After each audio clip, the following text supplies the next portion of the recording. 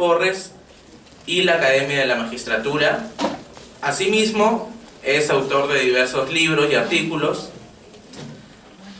También nos acompaña el profesor Dante Apolín Mesa, quien es abogado procesalista y consultor.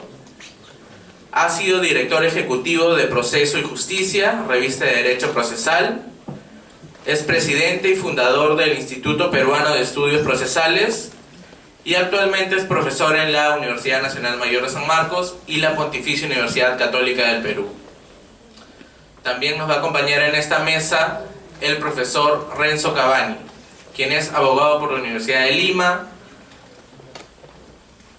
magíster por la Universidad de Río, actualmente es doctorando por la Universidad de Girona, es profesor de la Universidad Nacional Mayor de San Marcos, la Pontificia Universidad Católica del Perú y la Universidad de Piura. Asimismo, es autor de diversos libros y artículos. Vamos a comenzar con la ponencia del doctor Martín Hurtado por el lapso de 30 minutos. Adelante, profesor. Muy buenas noches. Quiero agradecer la invitación que me ha efectuado la institución organizadora de esta universidad. Saludar también a los panelistas, que esta noche vamos a tratar de establecer o entablar un diálogo que pueda aclarar, esclarecer o generar algún tipo de expectativa en relación a las posiciones que existen respecto al Iura Novi Curia y sobre todo tratando de hacer una evaluación respecto al contradictorio en esta figura, ¿no? Ya más o menos se dijo algo sobre esto. Se parte de la siguiente idea cuando se habla del Iura Novi Curia. Bueno, algunos sostienen que es un principio, otros que es una regla. No hay una definición específica y algunos pretenden estudiarlo inclusive hoy en día como un derecho fundamental de naturaleza implícita constitucional. Es decir, no está regulado en la Constitución en el 139, pero algunos señalan que forma parte o integra el núcleo duro o contenido esencial del derecho a la tutela judicial efectiva o debido proceso. Se parte de la siguiente premisa.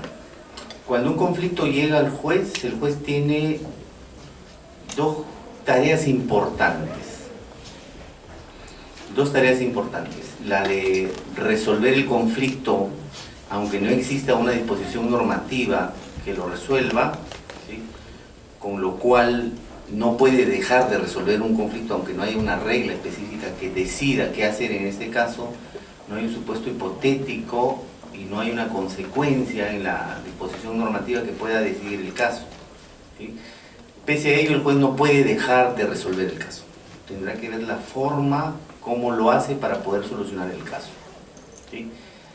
De alguna manera, el principio, aforismo, apotegma, derecho fundamental de naturaleza procesal, lo que quieran decirle, o de la mejor forma que ustedes quieran llamarle, significa de alguna manera que cuando al juez se le lleva un conflicto, el juez está preparado como un sujeto dentro de la administración pública, porque el juez es un funcionario público también, está preparado para resolver conflictos porque el juez conoce el derecho, ¿sí?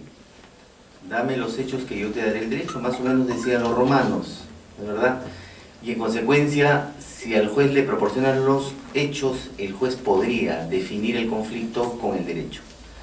Hay una, no sé si es una ficción o es una presunción,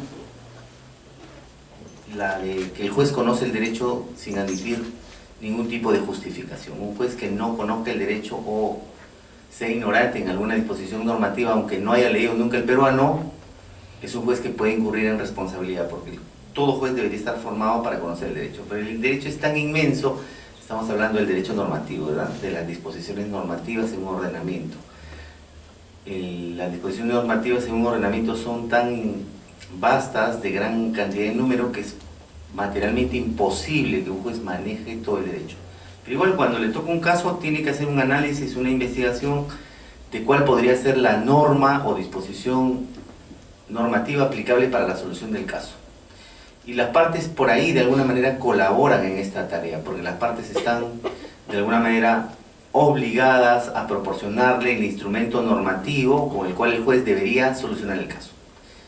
pero sucede que en algunos casos la disposición normativa cuya aplicación se pide puede ser proporcionada de manera errada o puede haber una omisión de este procedimiento. Es decir, la parte no dice qué norma aplica para el caso o dice qué norma, pero esa norma no es la adecuada, no es la correcta, es la equivocada. Y entonces, como ustedes entenderán, aunque haya esta omisión o este error en la proporción, en proporcionar la disposición normativa, el juez no puede dejar de solucionar el caso, tendría que resolverlo. Básicamente esta es la idea del iura no vicuria si ustedes leen el título preliminar del Código Procesal Civil, pero ahí nos estaríamos quedando, digamos, en el tema básico. Eso probablemente podría ser una clase inicial, teórica, de lo que es el iura no vicuria. Y no creo que el tema se agote ahí. Lo que vamos a tratar es de buscar problemas en este tema. Y sobre todo, verificar qué situación problemática se presenta en relación al contradictorio. El contradictorio, ustedes saben, es un pilar fundamental en cualquier proceso. Y el proceso por etapas tiene trascendencia para el uso del contradictorio. Pedido de medidas cautelares, ustedes han visto ahora la discusión si es antes, después, durante. Los pedidos de nulidad, el traslado de la demanda, la actividad probatoria, en realidad casi todo el procedimiento está sujeto al contradictorio. La idea de la bilateralidad o de oír a la otra parte siempre es importante para que el juez pueda resolver con la posición de ambas partes. Y esta es la idea también en el iura no vicuria, ¿sí? Pero vamos a ver cómo problematizamos este tipo de situación. Fíjense que algunos han entendido la situación del iura no vicuria como un poder o como un deber, ¿sí? Y creo que una facultad o un deber. Creo que la corriente más actualizada respecto a ese tema es que el juez debe aplicar el derecho como corresponda. Y entenderán ustedes cuando el juez, a partir de los hechos proporcionados por las partes, aplica la disposición normativa, lo que está haciendo es una calificación jurídica del hecho. No se olviden que en el 99.9 de casos que se solucionan en el Poder Judicial, el mecanismo que nos ayuda a resolver los casos es fundamentalmente es el silogismo judicial, ¿no es cierto? Supuesto fáctico, que tiene que ver o se relaciona con el supuesto real que ocurre en el caso, el encuadramiento, la consecuencia jurídica, y tenemos la solución del caso, ¿sí? Pero la solución del caso tiene que ver fundamentalmente con la calificación jurídica que haga de los hechos el juez. Cuando el juez termina de hacer la actividad probatoria, concluyen su tarea de valoración probatoria, termina en un punto esencial, que el juez define cuál de los hechos o cuál del conjunto de hechos que son relevantes, trascendentes, controvertidos, dice el código, están probados y qué hechos no están probados. Y a partir de los hechos probados o a partir de los hechos que no se lograron probar, el juez hace una calificación jurídica de lo que le dice la parte o de lo que él considera que es lo correcto a aplicar. Y es por eso que la posición del juez en el iura no vicuria, cuando hay error en la invocación de la disposición normativa o cuando no se invocó, es en algunos casos entendida como una segunda opinión del caso, ¿no es cierto? Porque la primera opinión la tienen las partes, probablemente puede ser hasta una tercera en algunos casos. La primera opinión la tiene el demandante, la opinión la tiene el demandado, y finalmente el juez puede tener su propia opinión, puede tener su propia posición respecto de qué disposición normativa le ayuda a solucionar el caso. Y ahí es donde viene fundamentalmente el problema. Por eso hablamos de, en esta cita de Alsina, aunque las partes no invoquen, es la omisión, o lo hagan de forma equivocada, es el error en la invocación. El juez debe hacer una calificación del hecho a partir de la disposición normativa que resulte aplicable. Y ese es el artículo, fíjense, dice casi más o menos lo mismo que dice la doctrina, ¿no? Pero el Código Procesal Civil pone un límite, y ahí es donde vamos a centrarnos en la discusión fundamentalmente. Sin embargo, no puede ir más allá de lo pedido ni fundamentar sus decisiones en hechos diversos. Cuando el juez hace iura novi curia, nos preguntamos si lo que puede es modificar el objeto, es decir, la pretensión, o puede modificar la causa petendi, es decir, los hechos vinculados a la disposición normativa que resulta aplicable. Esa es la tarea que trataremos de desentrañar en esta breve charla que vamos a tener con nuestros colegas.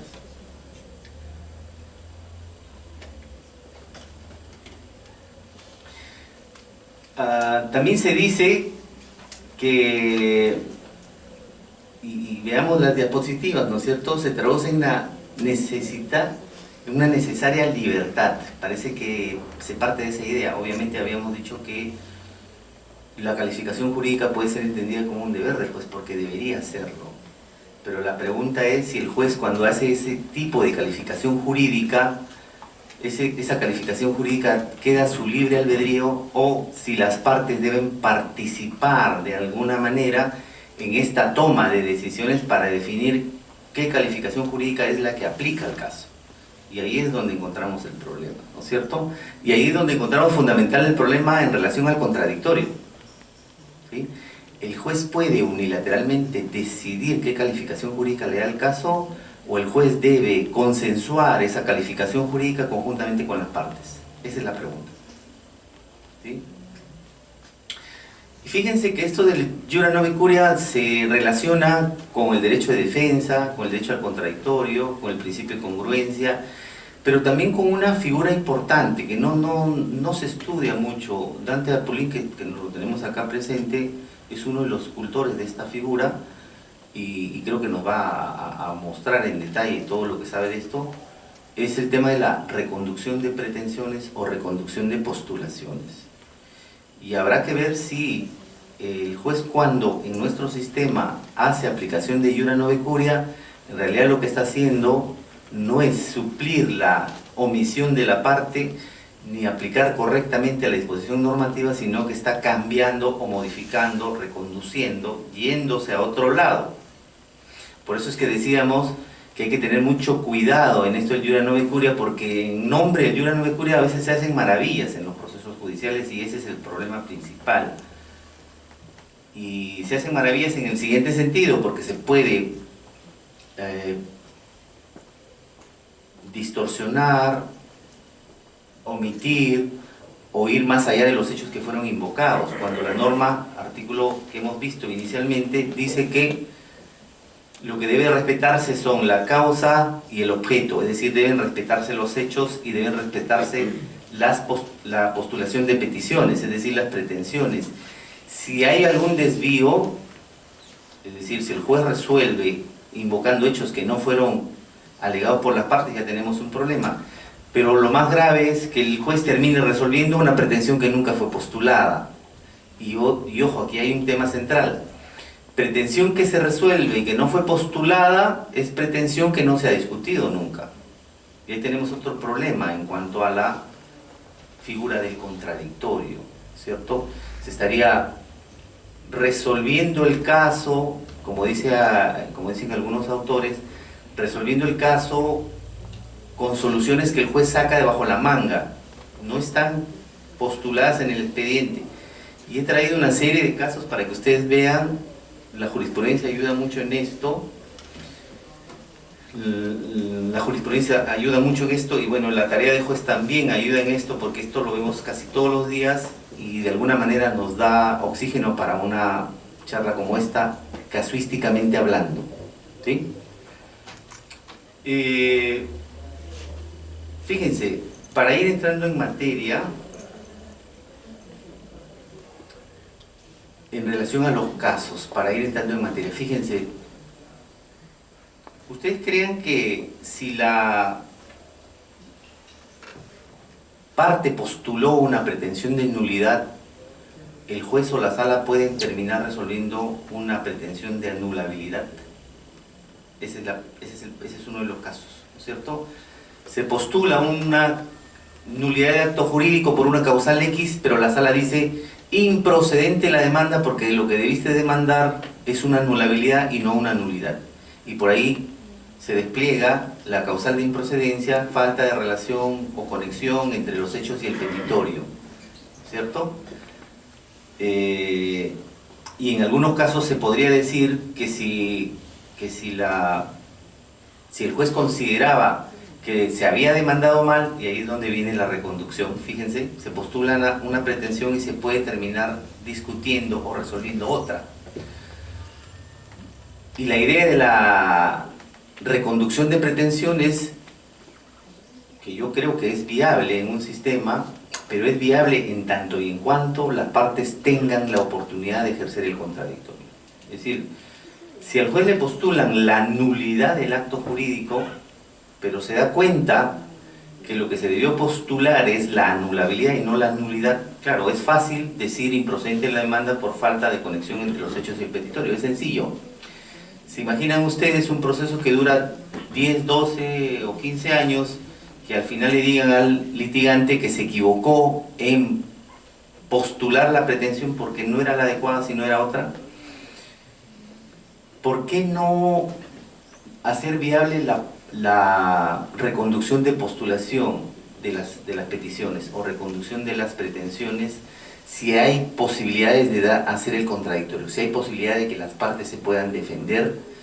Y la reconducción será viable siempre y cuando las partes puedan defenderse de este tipo de situación. El otro caso es cuando se demanda, por ejemplo, la nulidad del acto jurídico y el juez se da cuenta que no es nulidad, sino es ineficacia. Me refiero, por ejemplo, al 161. En el 315 hay mucha discusión y en tanto no salga el pleno casatorio de la Corte Suprema, seguiremos en la definición teórica para saber si es nulidad o es ineficacia. Pero en el 161, último párrafo del Código Civil que regula el falso procurador, ¿no es cierto?, la solución está cantada en ese mismo artículo. Y en ese mismo artículo se señala que es un supuesto de ineficacia y no de nulidad. ¿Qué tal si postulamos la demanda como si el representante hubiera celebrado un negocio jurídico alegando representación cuando ésta no la tenía? Si leemos el 161 es claro, ahí dice falso procurador, claro, no le llama así el código, ¿sí?, pero le denomina supuesto de ineficacia y hemos postulado una nulidad. ¿Cómo va a terminar esa demanda?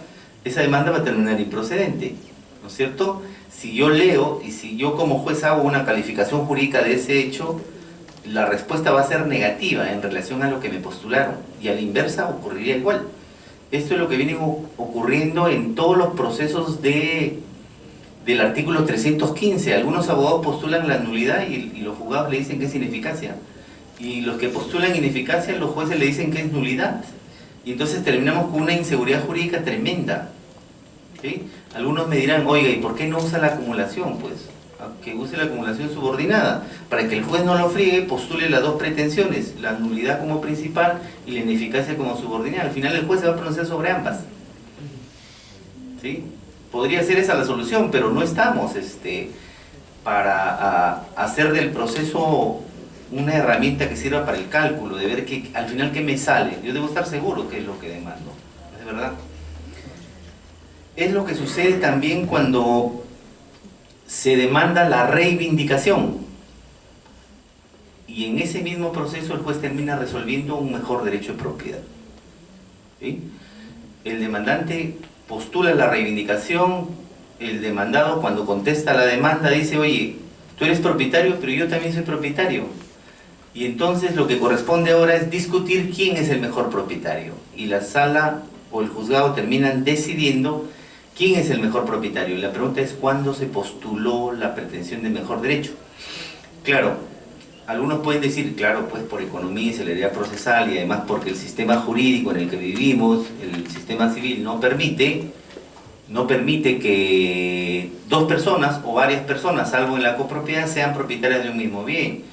Definamos desde ahora, si ambos tienen título y que son incompatibles, quién es el mejor propietario y este conflicto no llega a un segundo proceso, porque lo que se hacía es, antes se postulaba la reivindicación, el demandado alegaba la nulidad, alegaba también ser propietario y le decía, a ver, improcedente la reivindicación, vayan a discutir en un mejor derecho de propiedad. ¿sí? Y se abría un nuevo proceso, 10 años más para discutir algo que se pudo discutir. Pero fíjense que igual se termina diciendo una cosa distinta a la que se postuló, ¿verdad? El demandante postuló reivindicación y la sala terminó decidiendo quién es el mejor propietario. Implícitamente también la reivindicación, porque quien gana termina siendo el favorecido para la restitución del bien. ¿Y qué pasa si el demandado gana? El demandado nunca pidió la restitución y le vamos a restituir a él la posesión. Fíjense ese contrasentido que hay en estos casos, pero que sin embargo hoy, por el tema de economía, celeridad, por el beneficio a la tutela judicial efectiva, se hace para no abrir un nuevo proceso, al igual que la regla que hay en el precario, que algunos han cuestionado, de que si alguien alega construcciones, eso ya no se puede discutir en un precario, ahí sí vaya hacia otra vía. No discutamos eso acá porque nos va a hacer perder tiempo, una cosa así es la idea, ¿no?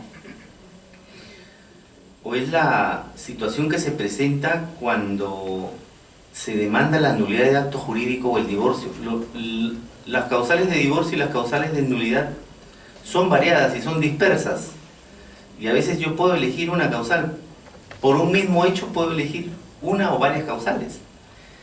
Hay demandas, aunque no lo crean, que los abogados, cuando no están seguros de qué cosa es la causal que afecta el negocio, postulan todas las del 219. Inclusive agregan una más, la del artículo 5 del título preliminar. Entonces, si no le sale por una, por alguna le saldrá, pero postulan todas, ¿sí? Pero la mayoría de casos no es así. La mayoría de casos las partes postulan una causal de nulidad expresa, específica, y cimentan su defensa en esa causal, y el demandado se defiende por esa causal. Llega el momento de sentenciar y la sala dice: ni tu causal ni tu causal es otra causal, ¿sí? Postularon la falta de manifestación de voluntad, objeto jurídicamente imposible, y el juez dice: ni esta, es fin ilícito. La pregunta es: ¿en qué momento se discutió, se debatió si la causal era de fin ilícito?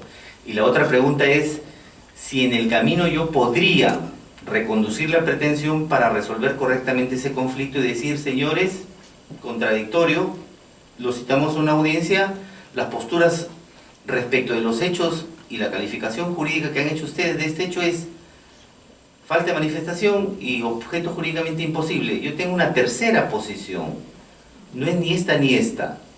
¿Qué tal si discutimos respecto de esta causal?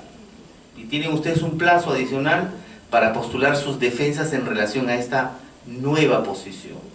Claro, por ahí Dante tiene un texto excelente y dice: un momentito, esto es bonito, pero puede colisionar con varias cosas, ¿no? Si yo ya perdí una nulidad por fin ilícito, el juez ya no me puede dar una tercera opinión, porque eso atentaría contra la cosa juzgada, ¿sí? O si no hay cosa juzgada, hay un expediente paralelo sobre el mismo negocio que se está pidiendo por la misma causal. Entonces ahí nos encontramos con la causa pendiente, por la causa petendi, ¿no es cierto? Y entonces, ¿cómo podría el juez dar una opinión para resolver algo que ya fue resuelto o que todavía está en trámite, ¿no? Por ahí también puede colisionar una situación de esta naturaleza y hay que tener cuidado para no cometer ese error. Probablemente en la discusión pueda decir las partes: un momentito, señor juez, yo quiero que usted me resuelva estas dos causales que he postulado. No se meta usted en una causal que no le hemos peticionado, porque además nosotros tenemos un proceso paralelo donde ya se está discutiendo esta causa. El juez tiene que cerrar la boca y seguir para adelante, ¿sí? Un poco complicado, ¿verdad? Fíjense, se formuló una excepción en un proceso de responsabilidad civil. La demanda era de responsabilidad civil derivada de un accidente de tránsito. El demandado postuló la excepción de prescripción extintiva. Y el juez dijo: fácil, accidente de tránsito, responsabilidad extracontractual, 2 años, prescrito, archívese el proceso. El demandado apela y dice: ¿de dónde me sacó el juez que era responsabilidad civil extracontractual? Lea usted mi demanda. En ninguna parte de mi demanda digo que es responsabilidad extracontractual. Y además yo postulo, y les digo ahora que es una responsabilidad contractual porque acá está mi contrato de transporte. Con este pasaje yo subí ese carro y tuve el accidente y quedé incapacitado, discapacitado, lo que sea. Y entonces el juez, ¿de dónde se inventó que era responsabilidad contractual? ¿Qué hizo el juez ahí? Hizo una calificación jurídica de ese hecho. Y claro, en un accidente de tránsito, la línea que divide la responsabilidad contractual y la extracontractual es muy delgada. Es muy delgada. ¿Sí?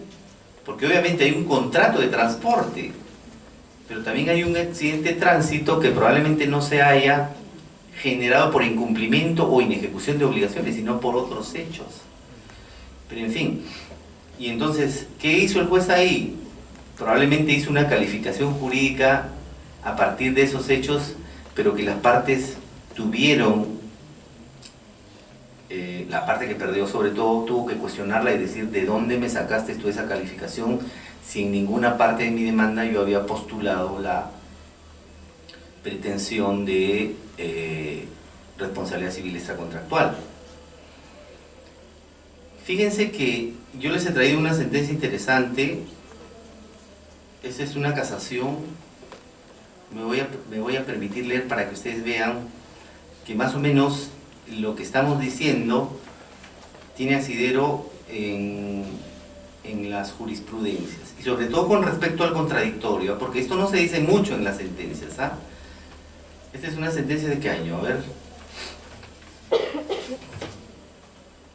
2015, dice: de autos advierte que la sala emite una sentencia inhibitoria, declaró improcedente la demanda. Este es uno de los casos que hemos comentado, pero tiene un agregado especial. Al arribar a la conclusión que la pretensión de nulidad absoluta del acto no es la pertinente a efectos de declarar nulo y sin efecto el contrato de compra-venta contenido en la escritura tal, pues la pretensión demandada se encuadra. Fíjense quién hace la calificación jurídica. La parte le dicen es nulidad y el juez dice no, la calificación jurídica es otra. Se encuadra en los supuestos normativos del 191 y 192 del Código Civil. Dicho así, la pretensión pertinente a efectos de la declaratoria de nulidad del acto jurídico sería incondicional, hace otra calificación, el inciso 3 del 221, era un supuesto de anulabilidad y no de nulidad. Pues el acto adolece de simulación relativa por intervención de interpósita persona. Sin embargo, fíjense, la Sala Suprema se da cuenta de este desfase en relación a la petición y dice: no se ha tomado en cuenta que dicha conclusión se enmarca entre los hechos alegados en la demanda y esgrimidos en el considerando 90 de la resolución impugnada. Por consiguiente, el juez Segarra de la tutela judicial efectiva ha debido, en aplicación al iura nove curia, poner este hecho en conocimiento de las partes para garantizar el contradictorio y su derecho de defensa, ello antes de expedir sentencia. ¿Qué es lo que nos está diciendo esta ejecutoria? Que si el juez descubre que hay una postulación de pretensión que no cuadra con la calificación que están indicando las partes, el juez debe, podríamos decir, puede suspender el proceso, puede llamar a una audiencia, puede decírselo por escrito, lo que sea. Pero lo que no debe dejar de hacer el juez es poner en conocimiento de las partes la existencia de una situación de esta naturaleza, darles oportunidad del contradictorio y resolver nuevamente. ¿Sí? Probablemente este juicio demoró demasiado y la idea era esa, ¿no? Pero fíjense, en esta diapositiva ustedes irán viendo todo lo que más o menos hemos dicho, ¿no? ¿Hay problemas y peligros en esta situación? Sí.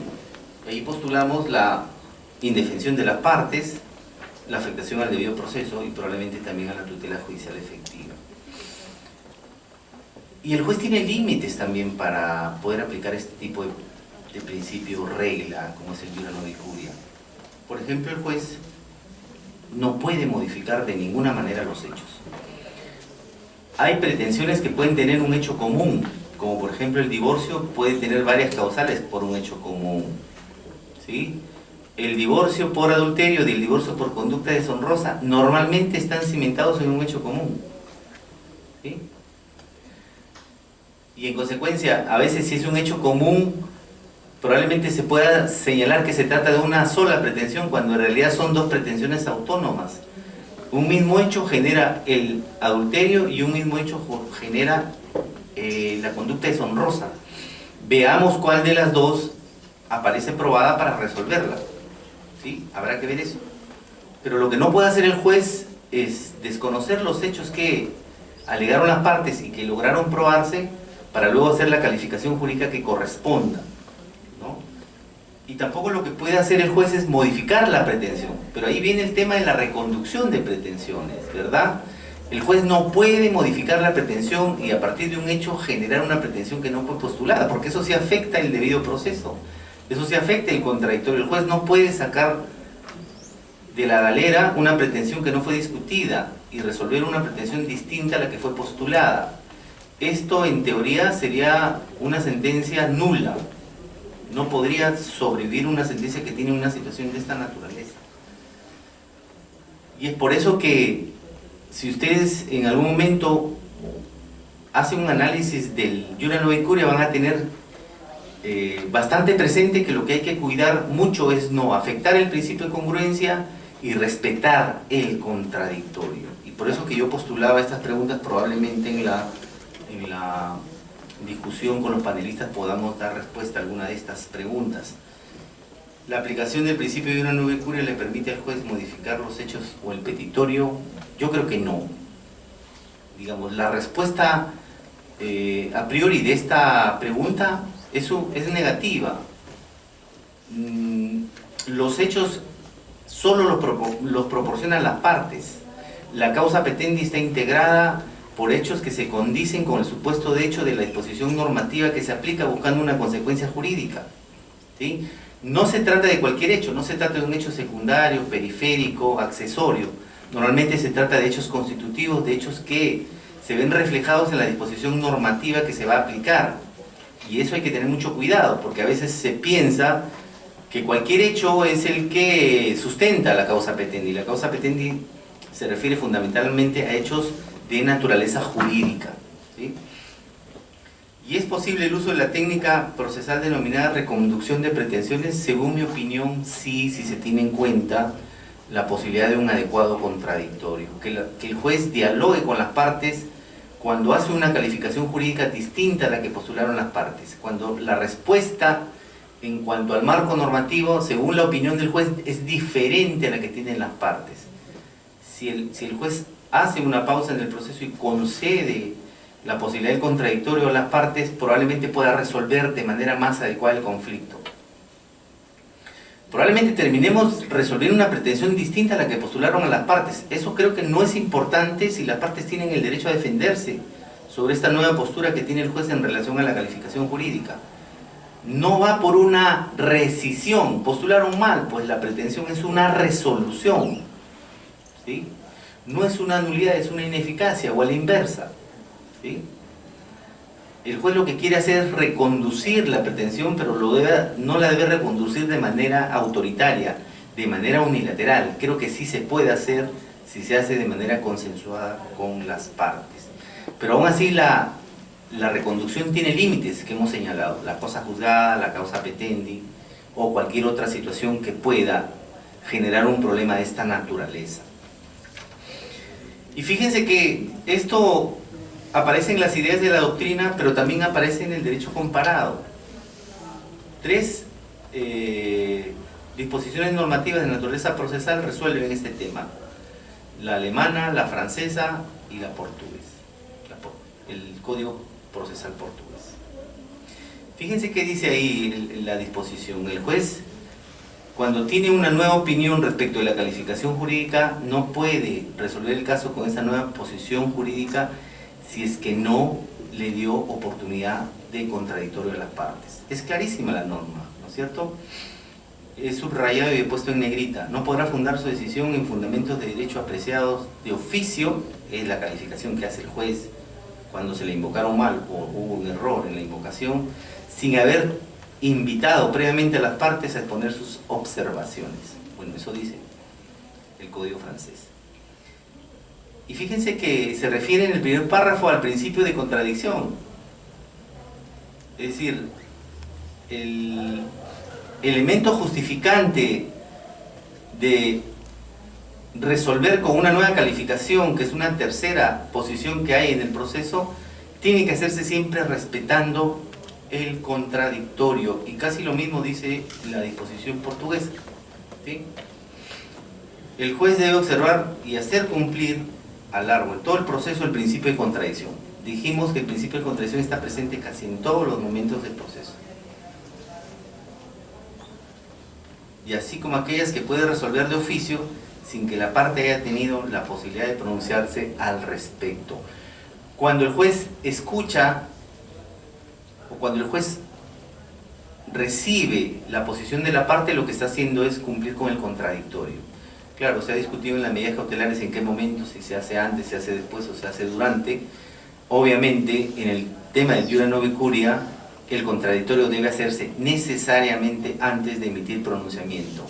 No puede el juez hacer una reconducción de pretensiones utilizando el aforismo del iura nove curia para dar la solución a una pretensión que jamás fue discutida, que jamás fue contradicha, que no hubo derecho de defensa, que no se ofreció medios de prueba para defender la posición que ahora el juez saca como una tercera opción. Hacer una situación de esa naturaleza me parece que genera una decisión con nulidad insubsanable. Yo me quedo aquí en esta primera parte para escuchar a los panelistas y luego probablemente hagamos un debate sobre esto. Muchas gracias.